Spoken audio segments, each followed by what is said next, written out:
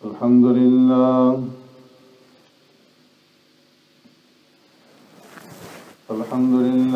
نحمده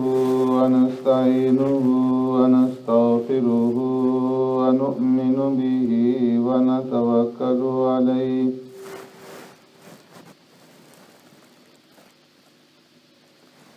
ونعوذ بالله من شرور أنفسنا ومن سيئات أعمالنا من يهده الله فلا مضل له ومن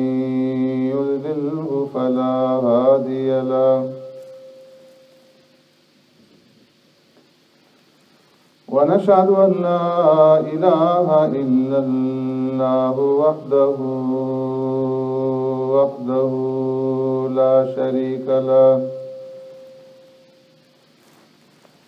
ونشهد أن سيدنا ونبينا ومولانا محمدا عبده ورسوله أرسله الله إلى كافة للناس بشيرا ونذيرا وداعيا إلى الله بإذنه وسراجا منيرا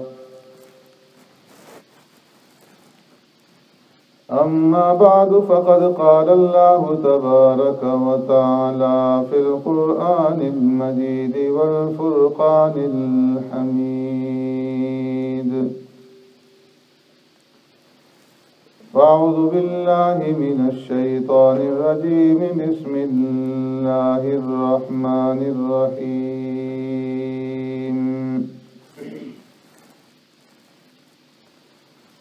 إن عدة الشهور عند الله 12 شهرا في كتاب الله يوم خلق السماوات والأرض منها 4 حرم ذلك الدين القيم فلا تظلموا فيهن أنفسكم صدق الله مولانا العظيم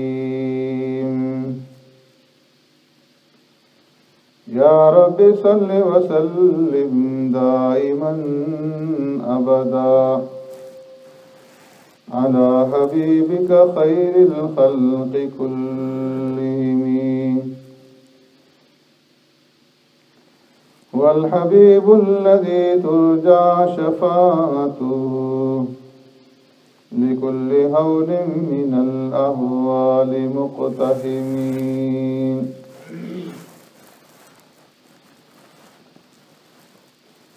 إن عدة الشهور عند الله 12 شهرا في كتاب الله بے شک مہینوں کی گنتی اللہ کے کتاب میں اللہ کے ہاں 12 مہینے ہیں یوم خلق السماوات والارض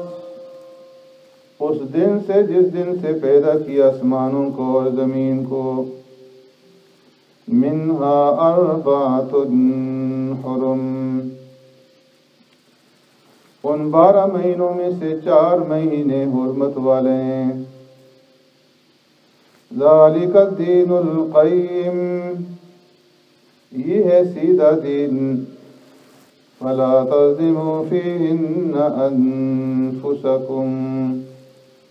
پس نہ ظلم کرو ان میں اپنی جانوں پر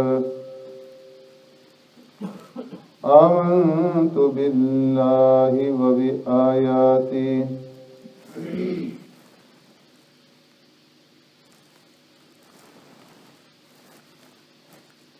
میرے محترم دوستو بزرگوں بھائیو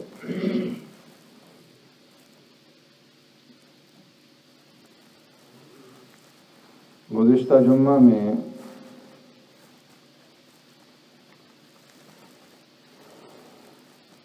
آپ حضرات کے سامنے کیا تھا کہ اللہ رب العزت نے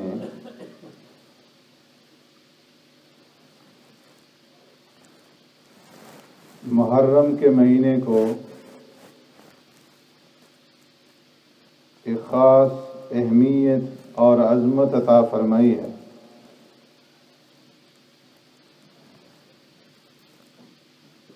اور یہ حرمت والے 4 مہینوں میں سے ایک مہینہ ہے جس کے بارے میں اللہ رب العزت نے فرمایا کہ یوم خلق السماوات والارض، جب سے اللہ نے آسمانوں کو اور زمین کو پیدا کیا اس وقت سے اللہ نے مہینوں کی یہی ترتیب قائم فرمائی، اور 4 مہینوں میں سے اس مہینے کو حرمت والا اور عظمت اور تقدس والا مہینہ بنایا۔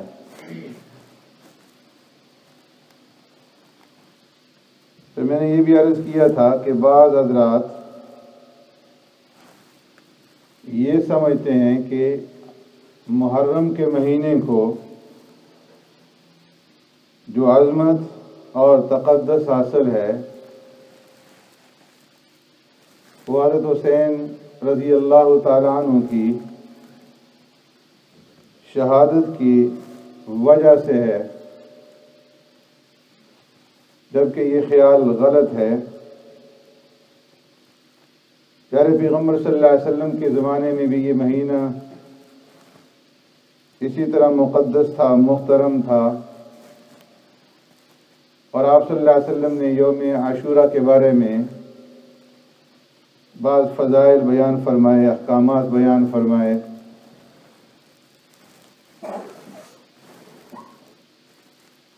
بعض لوگ دشمنان اسلام، دشمنان دین اس مہینے کے اندر سیدنا حضرت حسین رضی اللہ تعالیٰ عنہ کی شہادت کے واقعہ کو اس انداز میں اور ایسے طریقے سے بیان کرتے ہیں کہ ایک عام انسان جب ان کو سنتا ہے تو اس کی سمجھ میں یہی بات آتی ہے کہ یہ مہینہ انتہائی رنج کا، غم کا، مصیبت کا مہینہ ہے۔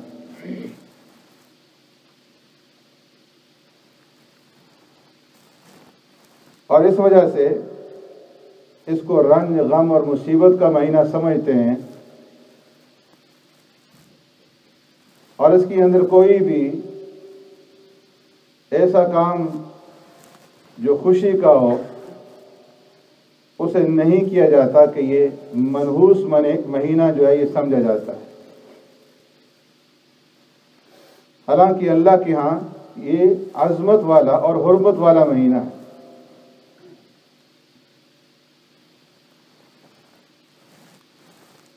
حضرت حسین رضی اللہ تعالیٰ عنہ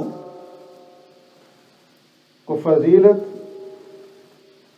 اس اعتبار سے اور بھی زیادہ بڑھ جاتی ہے کہ ان کی جو شہادت ہوئی اس کے لیے اللہ نے انہیں جو مہینہ دیا اور جو دن دیا وہ 10 محرم کا دن ہے، جو پہلے ہی سے عظمت والا دن چلا آ رہا ہے۔ شہادت کوئی معمولی چیز نہیں، اور شہادت ایسی چیز نہیں ہے کہ جس کے اوپر غم منایا جائے، جس کے اوپر رونا پیٹنا ہو، بلکہ شہادت تو وہ عظیم درجہ ہے کہ پیارے پیغمبر صلی اللہ علیہ وسلم نے خود اس کی تمنا فرمائی۔ حضرت ابو ہریرہ رضی اللہ تعالیٰ عنہ فرماتے ہیں پیارے پیغمبر صلی اللہ علیہ وسلم نے ارشاد فرمایا والذی نفسی بیدی، اس ذات کی قسم جس کی قبضہ قدرت میں میری جان ہے، اگر مجھے میری امت کے ان لوگوں کا خیال نہ ہوتا، مجھے ان کی فکر نہ ہوتی کہ میری جدائی ان کے اوپر شاق گزرے گی،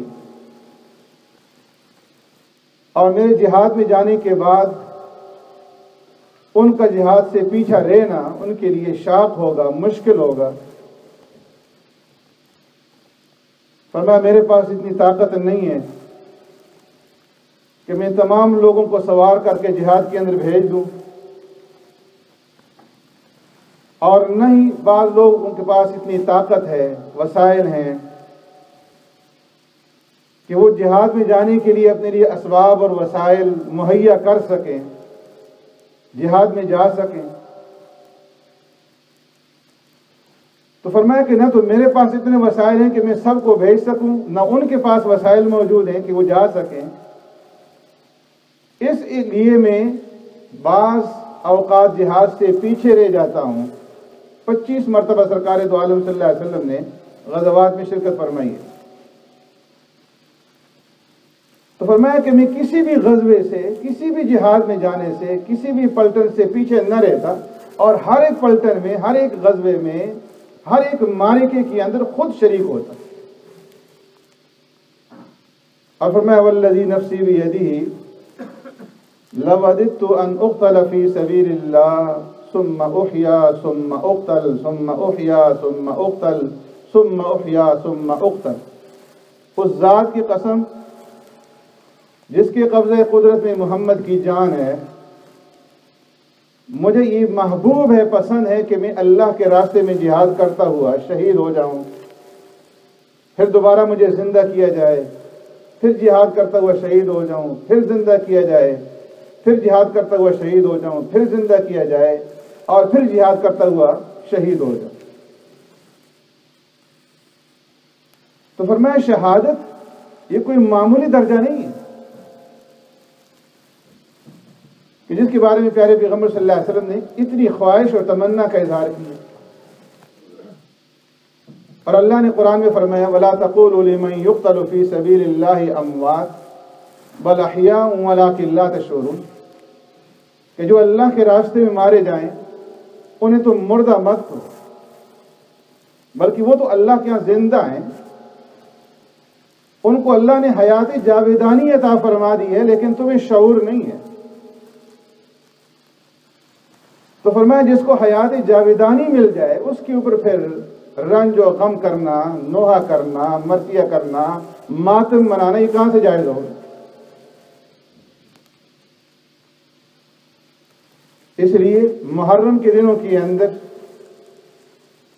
بعض رسومات اور بعض بدعات جو ہمارے ہاں رائج ہو چکی ہیں اور لوگوں نے انہیں دین کا حصہ سمجھا ہوا ہے اور باعث اجر اور باعث ثواب سمجھ کر کے کرتے ہیں۔ چند باتیں عرض کروں گا تاکہ ان بدعات اور رسومات سے اپنے آپ کو بچایا جا سکے۔ ان میں سے ایک بدعت غم منانا۔ شریعت کے اندر صرف 3 دن تک کسی کی وفات کے اوپر، کسی کی موت کے اوپر غم منانے کی اجازت، اور 3 دن سے زائد احادیث میں کسی کی موت کے اوپر سوگ اور غم منانے کی اجازت نہیں سوائے عورت کے۔ اس کے لیے شریعت میں یہ حکم ہے کہ اگر اس کا خاوند فوت ہو جائے تو وہ 4 ماہ اور 10 دن تک غم اور سوگ منائے گی۔ باقی 3 دن کے بعد کسی کی موت کے اوپر شریعت میں سوگ اور غم منانے کی اجازت نہیں۔ ابن سیرین رحمۃ اللہ تعالی علیہ فرماتے ہیں ام عطیہ رحمۃ اللہ تعالی کا بیٹا فوت ہو گیا، 3را دن تھا، انہوں نے زرد رنگ کی خوشبو منگوائی اور اپنے بدن پر ملی اور کہا کہ اسلام ہمیں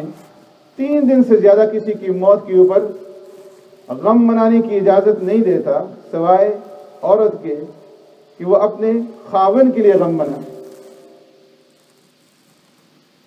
تو محرم کے پہلے 10 دنوں کے اندر یا محرم کے مہینے کے اندر ماتم کرنا، بال نوچنا، کپڑے پھاڑنا، رخسار پیٹنا، سینہ کوبی کرنا، زنجیر زنی کرنا،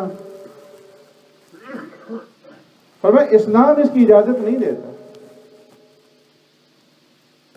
احمد رومی رحمۃ اللہ تعالی علیہ فرماتے ہیں کہ 10 محرم کے موقع پر روافض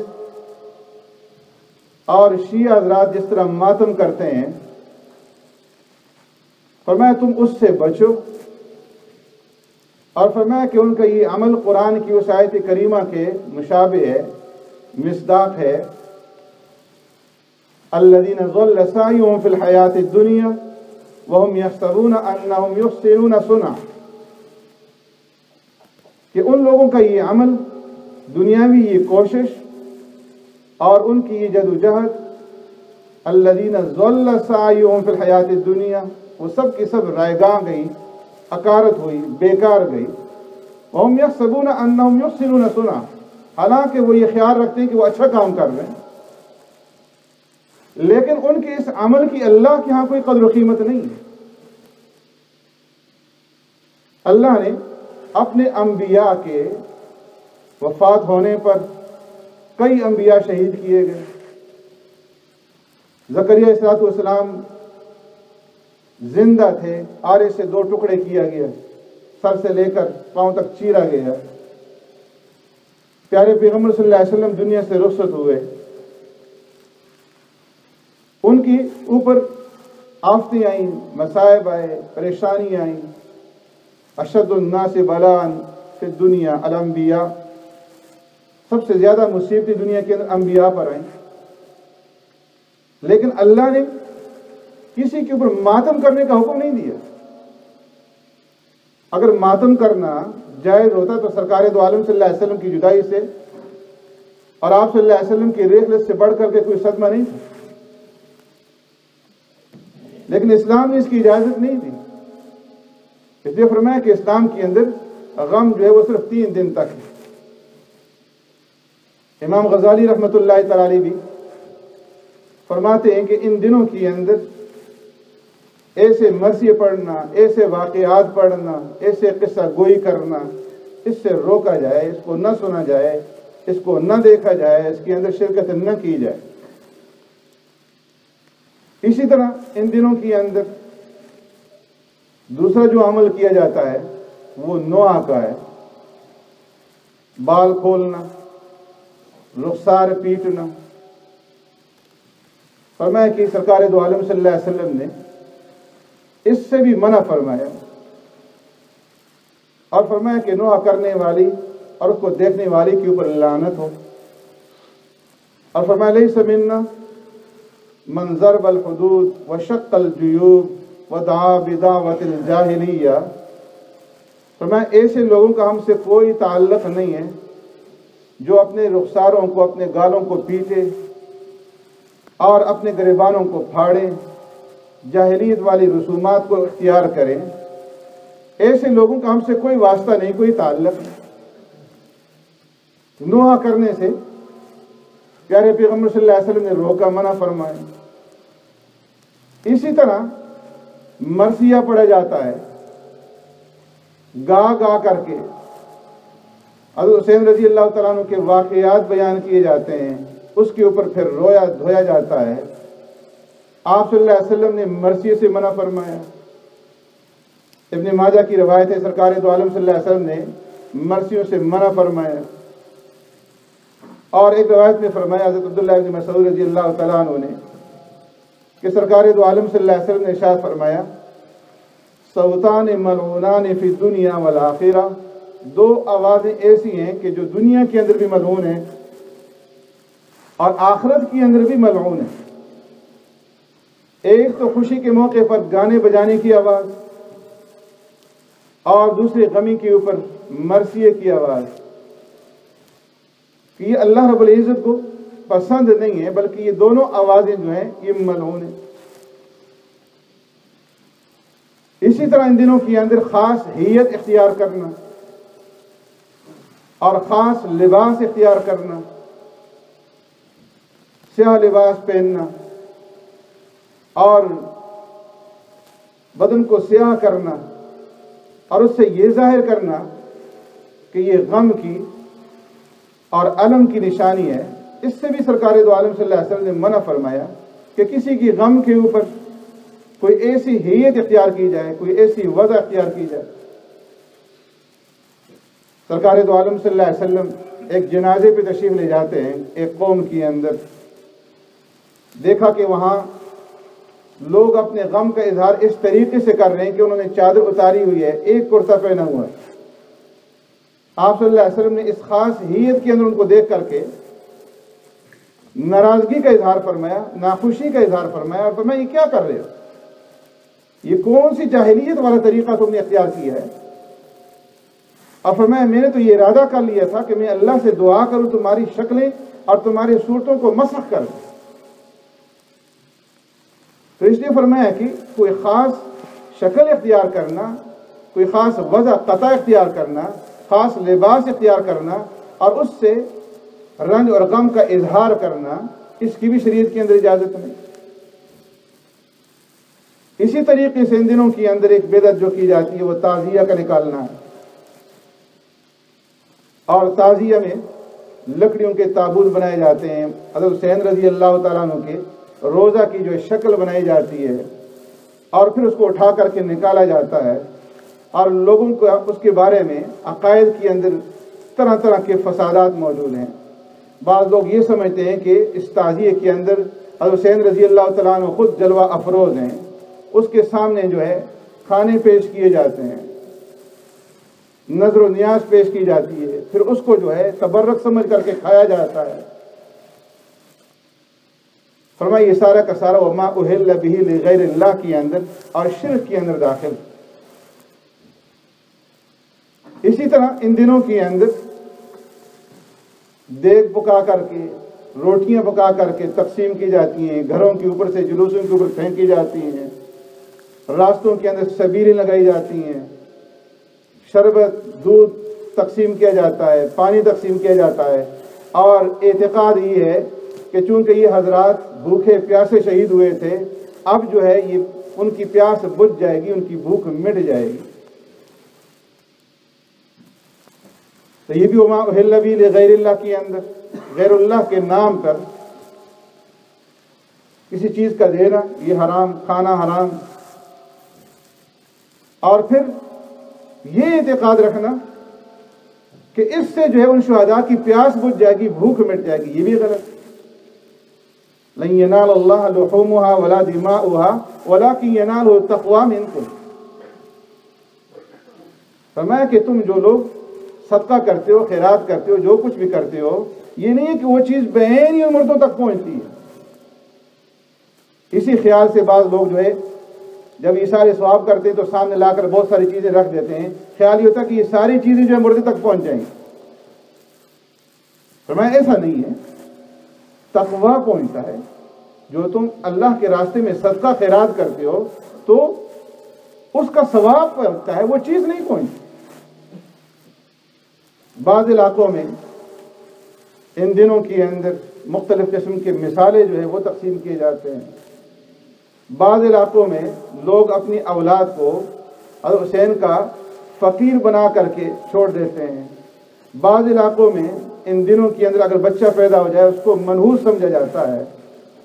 اسی طرح بہت سارے لوگ ان دنوں کے اندر شادی بیاہ نہیں کرتے، اس کو منحوس سمجھتے ہیں۔ تو فرمایا یہ ساری کی ساری بدعات ہیں، رسومات ہیں، رواجات ہیں، دین کا اس سے کوئی تعلق نہیں۔ اس لیے ان چیزوں سے اپنے آپ کو بچایا جائے، اور خوشی کے جتنے کام ہیں خاص طور پر شادی بیاہ اور نکاح کے وہ ان دنوں کے اندر کیے جائے۔ شریعت نے اس کو روکا نہیں، اس کو منع نہیں کیا، بلکہ یہ تو محترم ہے۔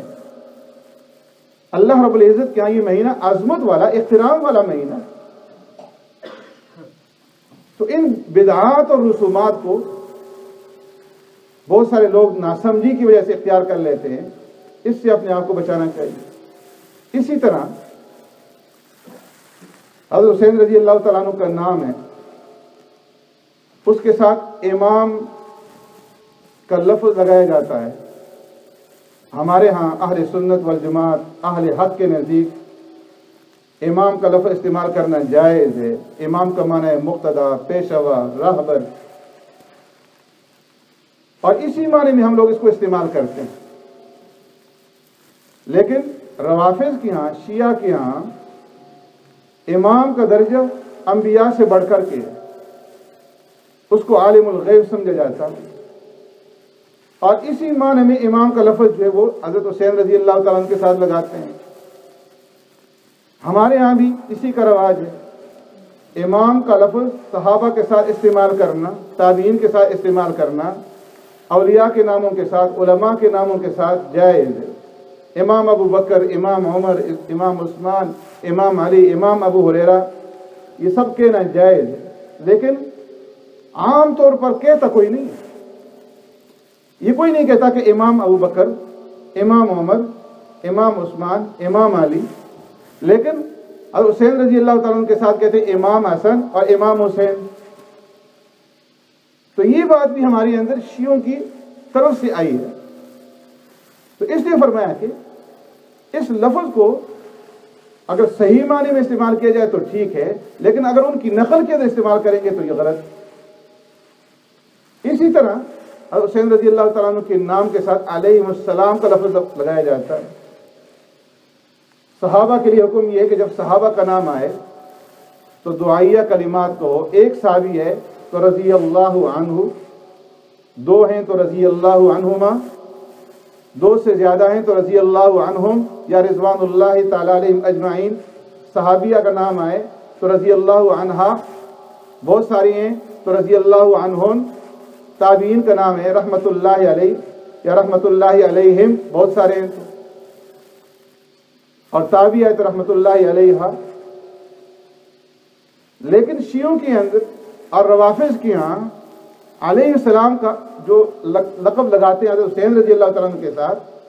اور حضرت حسن رضی اللہ تعالیٰ عنہ کے نام کے ساتھ، وہ بھی اس معنی میں کہ وہ انبیاء علیہ السلام کا درجہ دیتے ہیں۔ اس لیے امام حسن علیہ السلام اور حسین علیہ السلام نہیں کہنا چاہیے، بلکہ حضرت حسین رضی اللہ تعالی عنہ اور حضرت حسن رضی اللہ تعالی عنہ، جس طرح باقی صحابہ کے لیے یہ دعائیہ کلمات استعمال کرتے ہیں تو ان ناموں کے اندر بھی اسی طرح کے کلمات استعمال کیے جائیں۔ تو حضرت حسین رضی اللہ تعالیٰ عنہ کا شہادت کا واقعہ بے شک ایک اندرناک واقعہ ہے، لیکن اسلام کے اندر ماتم کی اجازت نہیں ہے، اور ماتم کی اجازت شریعت نے نہیں دی ہے۔ اس لیے فرمایا کہ اگر اسلام میں ماتم بنایا جاتا اور ماتم کی اجازت ہوتی تو پھر کوئی بھی دن ایسا نہیں ہوتا تھا کہ جس کے اندر کوئی نہ کوئی شہید موجود نہ ہو، بڑے بڑے شہداء ہیں، پھر تو ہر ایک دن جو ہے وہ ماتم کا دن ہوتا۔ لیکن اسلام کے اندر حکم یہ ہے کہ تم دین کی خاطر، حق کی سربلندی کی خاطر اپنی جان، اپنا مال، اپنا سب کچھ قربان کرو، اور ان حضرات نے اللہ کے دین کے لیے سب کچھ کو قربان کیا۔ اب دیکھنا یہ ہے کہ ہم لوگ جو ہے اللہ کے دین کی خاطر کس قدر جو ہے قربانی دینے کے لیے تیار ہیں۔ اللہ رب العزت ہمیں صحیح دین کے اوپر عمل کرنے کی توفیق عطا فرمائے۔ وآخر دعوانا الحمدللہ، فرمائے۔